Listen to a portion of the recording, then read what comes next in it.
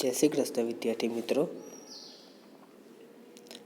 આજે આપણે અંગ્રેજી ગ્રામરમાં સિમ્પલ પ્રેઝન્ટ ટેન્સ એટલે કે સાદા વર્તમાન કાળ વિશે શીખીશું. શાળા દરમિયાન તમને કીધું હતું કે અંગ્રેજી ભાષામાં મુખ્યત્વે 3 કાળ હોય છે. સિમ્પલ પ્રેઝન્ટ ટેન્સ એટલે કે સાદો વર્તમાન કાળ, સિમ્પલ પાસ્ટ ટેન્સ એટલે કે સાદો ભૂતકાળ અને સિમ્પલ ફ્યુચર ટેન્સ એટલે કે સાદો ભવિષ્યકાળ. આજે વિદ્યાર્થી મિત્રો આપણે સિમ્પલ પ્રેઝન્ટ ટેન્સ વિશે શીખીશું. સિમ્પલ પ્રેઝન્ટ ટેન્સ એટલે કે સાદો વર્તમાન કાળ. અગાઉ તમને કીધું છે સાદા વર્તમાન કાળની વ્યાખ્યા. જે ક્રિયા નિયમિત અથવા દરરોજ થતી હોય તેના માટે સાદા વર્તમાન કાળનો ઉપયોગ થાય છે, એટલે કે સિમ્પલ પ્રેઝન્ટ ટેન્સનો ઉપયોગ થાય છે. The action which is the regularly એટલે કે જે ક્રિયા નિયમિત અથવા દરરોજ થતી હોય તેના માટે સાદો વર્તમાન કાળનો ઉપયોગ થાય છે. તમને ક્લાસ દરમિયાન સાઇન પણ લખાવી છે, જેવી કે every day, daily, sometime, ever. તે સિવાય સાઇન એટલે કે ઓળખ સૂચક શબ્દો. તે સિવાય સાદા વર્તમાન કાળમાં સનાતન સત્યો, સુવિચાર, ગણિત વિજ્ઞાનના સિદ્ધાંતો વગેરેનો સમાવેશ પણ થાય છે. સનાતન સત્ય એટલે કે જેનો બધાએ જ સ્વીકાર કર્યો હોય કે સૂર્ય પૂર્વ દિશામાંથી ઉગે છે. તે કોઈ પણ દેશમાં જાઓ તો સૂર્ય પૂર્વ દિશામાંથી જ ઉગે છે. તેને સનાતન સત્યમાં સમાવેશ થાય છે. તે પછી સુવિચાર. સુવિચાર એટલે કોઈ પણ ભાષામાં સુવિચાર લખો તેનો સમાવેશ સાદા વર્તમાન કાળમાં થાય છે. સુવિચારને અંગ્રેજીમાં સેઇંગ્સ પણ કહેવાય છે. ટ્રુથ ઇઝ ઓલવેઝ વિનર એટલે કે સત્યનો હંમેશા વિજય થાય છે. આવા ઘણા બધા સુવિચારનો સમાવેશ સાદા વર્તમાન કાળમાં થાય છે. ત્યાર પછી ગણિત વિજ્ઞાનના સિદ્ધાંતો. ગણિત વિજ્ઞાનના સિદ્ધાંતો એટલે કે 1 + 1 = 2 એટલે કે 1 + 1 = 2 થાય છે. આવા સિદ્ધાંતોનો સમાવેશ પણ સાદા વર્તમાન કાળમાં થાય છે. તો વિદ્યાર્થી મિત્રો, સૌપ્રથમ આજે આપણે સાદા વર્તમાન કાળ સિમ્પલ પ્રેઝન્ટ ટેન્સ તેના ફોર્મેટ વિશે સમજીશું. સિમ્પલ પ્રેઝન્ટ ટેન્સ તેનું ફોર્મેટ એટલે કે વાક્ય રચના. તો હકાર વાક્યની વાક્ય રચના કેવી આવે તેના વિશે શીખીશું. તો હકાર વાક્યમાં સર્વપ્રથમ સબ્જેક્ટ આવે છે. સબ્જેક્ટ એટલે કે કર્તા, જેની ફરતે મેં ગોળ રાઉન્ડ કર્યું છે, સબ્જેક્ટ આવે છે. ત્યારબાદ વર્બ આવે છે. વર્બ એટલે ક્રિયાપદ. ત્યારબાદ ઓબ્જેક્ટ આવે છે. ઓબ્જેક્ટ એટલે કર્મ અને અધર વર્ડ્સ. હવે અધર વર્ડ્સમાં શું આવે એ સર્વપ્રથમ તમને કહી દઉં કે અધર વર્ડ્સમાં સાઇન આવે અને અધર વર્ડ્સ દરેક વાક્યમાં આવે એવું જરૂરી હોતું નથી. અધર વર્ડ્સ વાક્યની શરૂઆતમાં આવે અને વાક્યના અંતે આવે. તો ફોર્મેટને આપણે ફરીથી સમજીશું કે સબ્જેક્ટ એટલે કર્તા. તો કર્તા તરીકે નીચે લખ્યું છે ફોર્મેટના નીચે કે કર્તા તરીકે મોટે ભાગે વ્યક્તિ, વસ્તુ, પ્રાણી કે સર્વનામ આવે. વ્યક્તિ એટલે કોઈ પણ વ્યક્તિનું નામ આવે. દાખલા તરીકે હસ્તી, ધાર્મિક, ધર્મિત, રિષભ એ રીતે વ્યક્તિના નામ આવે. ત્યારબાદ વસ્તુના નામ આવે. કોઈ પણ વસ્તુ હોય તેનું નામ આવે. ત્યારબાદ પ્રાણીના નામ આવે. પ્રાણી એટલે કે લાયન, કેમલ, ડોગ. અને એ ના આવે તો સર્વનામ આવે. સર્વનામ એટલે શું? તો સર્વનામ એટલે આઈ, વી, યુ, હી, સી, ઇટ કે ધે તેનો સર્વનામમાં સમાવેશ થાય છે. આ વાક્યની શરૂઆતમાં આવે છે સબ્જેક્ટ તરીકે. ત્યારબાદ ક્રિયાપદ આવે છે. મિત્રો, પરીક્ષામાં ક્રિયાપદના સ્થાને ખાલી જગ્યા હોય છે અને કૌંસમાં આપેલા શબ્દનો ઉપયોગ કરીને ખાલી જગ્યા પૂરવાની હોય છે. ત્યારબાદ કર્મ આવે છે કે જે કર્તા જે કાર્ય કરે છે તેને કર્મ તરીકે ઓળખાવવામાં આવે છે. અને અન્ય શબ્દો તમને કીધું એ રીતે એમાં સાઇન આવે છે. હવે વિદ્યાર્થી મિત્રો, આપણે સિમ્પલ પ્રેઝન્ટ ટેન્સના કેટલાક નિયમો શીખીશું. નિયમો આ રીતના છે કે ત્રીજા પુરુષ એક વચનમાં જ, અહીંયા ભાર મૂકવા જેવો છે કે ત્રીજા પુરુષ એક વચનમાં જ ક્રિયાપદને એસ પ્રત્યય લાગે છે કે કર્તા તરીકે ત્રીજો પુરુષ એક વચન હોય. હવે ત્રીજો પુરુષ એક વચન એટલે શું હોય કે હી, સી અને ઇટ. હી, સી અને ઇટ કે કર્તા તરીકે ત્રીજો પુરુષ એક વચન એટલે કે હી, સી અને ઇટ હોય તો ક્રિયાપદને એસ પ્રત્યય લાગે છે.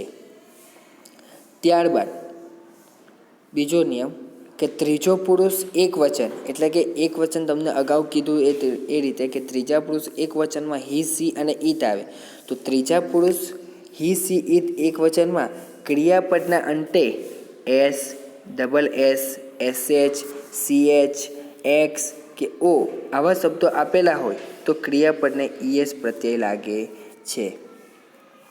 હવે ઉદાહરણ દ્વારા આપણે સમજીશું કે ત્રીજા પુરુષ એક વચનમાં ક્રિયાપદને અંતે double S, SH, CH, x કે ઓ આવેલા હોય તો ક્રિયાપદને ઈએસ પ્રત્યય લાગે છે. તો આપણે ઉદાહરણ દ્વારા સમજીશું. પહેલું ઉદાહરણ જોઈએ કે પાસ, PASS પાસ. ચલો તો પાસમાં ડબલ એસ આવ્યો છે, ઉપર તમને નિયમમાં લખ્યું છે ડબલ એસ, તો પાસ પર ડબલ એસ આવ્યો છે તો તેના ક્રિયાપદને શું લાગશે ઈએસ કે તેનું થશે પાસીસ. બરાબર.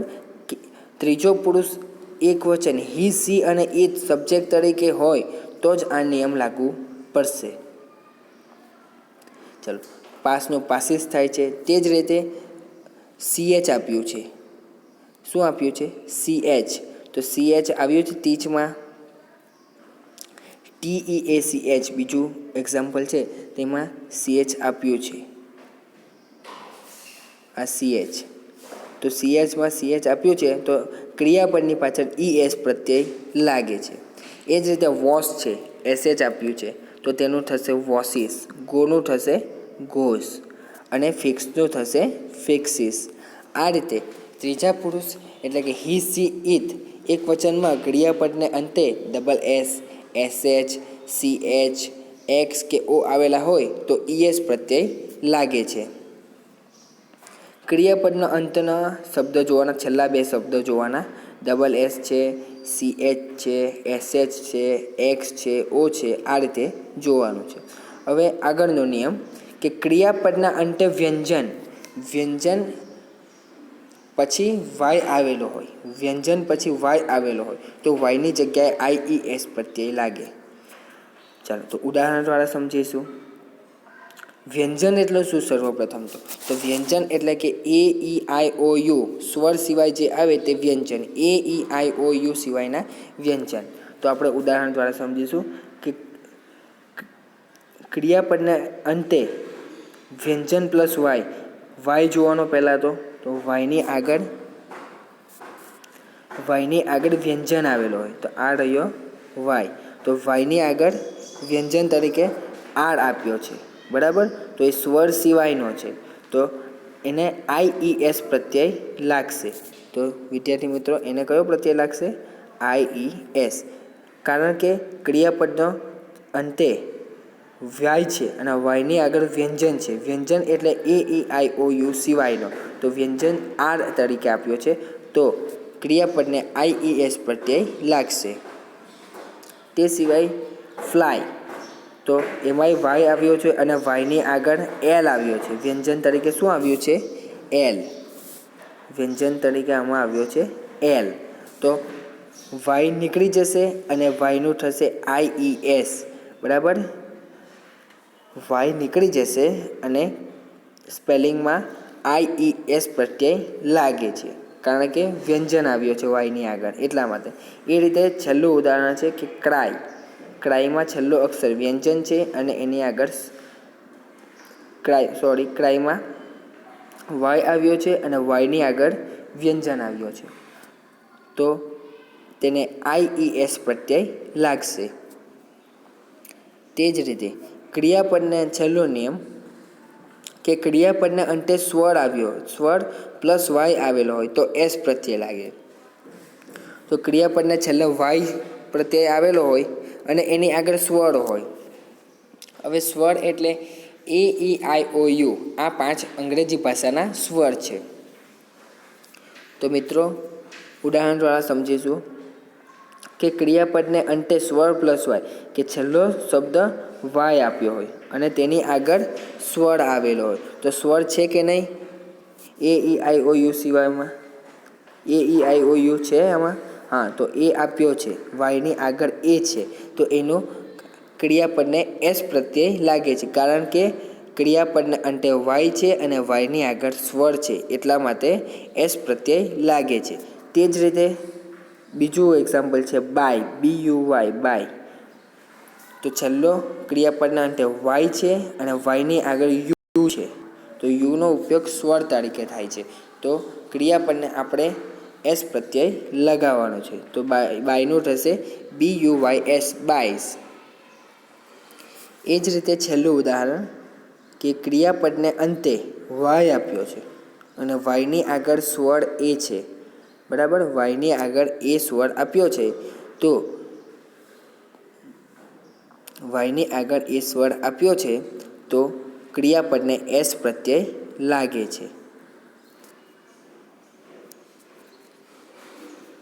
આ રીતે વિદ્યાર્થી મિત્રો આ દરેક નિયમ તમારે પાકા કરવાના છે અને ઉદાહરણ સાથે પાકી નોટમાં લખવાનું છે. ગ્રામરની નોટમાં આપણે જ્યાંથી લખાવ્યું છે ત્યાંથી બાકી હોય ત્યાંથી આ લખવાનું છે.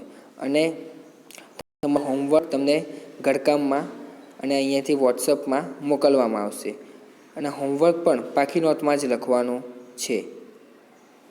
હવે અગાઉ આપણે ટુ બીના રૂપ એટલે કે એમ ઇઝ આર, સાદા વર્તમાનકાળના ટુ બીના રૂપ એમ ઇઝ આર વિશે શીખીએ.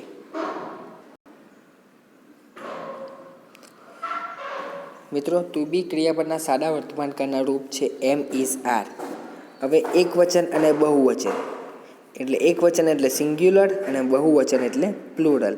તો પહેલો પુરુષ તેમાં આઈ એકવચનમાં આવે અને વી બહુવચનમાં આવે, તો એમ ઇઝ આર માટે શું લાગે? આઈ સાથે એમ લાગે. ત્યારબાદ વી બહુવચન છે એટલે તેમાં આર લાગે છે.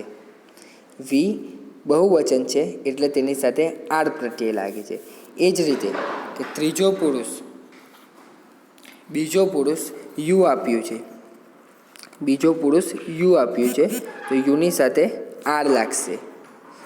બીજો પુરુષ એકવચનમાં આર લાગશે અને બહુવચનમાં પણ આર લાગશે. ત્રીજો પુરુષમાં હી, સી અને ઈત આવે છે. ત્રીજા પુરુષમાં. તો ત્રીજા પુરુષમાં હી, સી, ઈત સાથે હી એટલે પુરુષવાચક સર્વનામ છે, સી એટલે સ્ત્રી માટે અને ઈત એ નિર્જીવ માટે વપરાય છે. તો હી, સી અને ઈત સાથે લાગશે ઇઝ, IS ઇઝ. અને ત્રીજો પુરુષ બહુવચન તે સાથે આરનો ઉપયોગ થાય છે. તો વિદ્યાર્થી મિત્રો, જે બહુવચનના રૂપ